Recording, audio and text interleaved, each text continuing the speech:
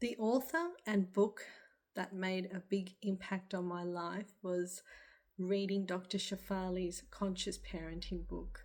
When I read that and started to practice that and do the inner work, reparent myself, learn to identify my triggers and grow up as a professional human being, I really felt that that made a significant impact, not only with my children, but all those that came in relationships with me, from family to friends, and just how I show up every day. The best way to describe my book, Journey from the Ego to the Heart Center, I think the title says it all.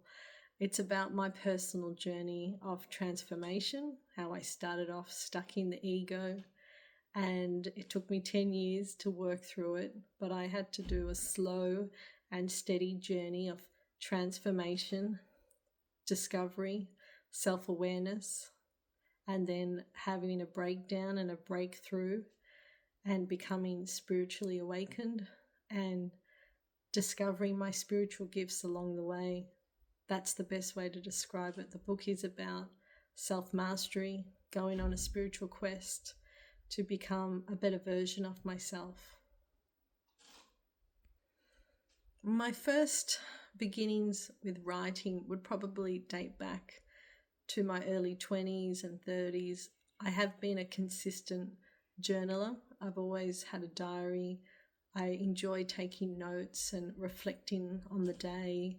Sometimes I used to write positive affirmations or just sort of put on paper what I wanted to release and let go.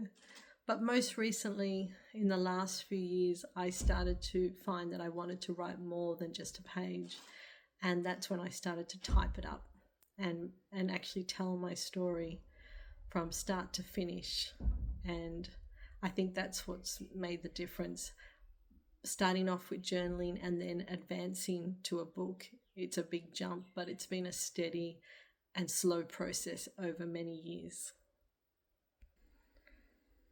I think the key to making a good story or novel is definitely trying to be engaging with the audience, with the reader, trying to show us the character, getting to know them, and bringing your reader into your story so they're part of it. You're holding their hand, you're making them feel the characters, see the outline of who they are, understand their fears, their joys in life, if there's characters, but also just captivating the audience with expression, with contrast, and keeping it with a methodical type of flow.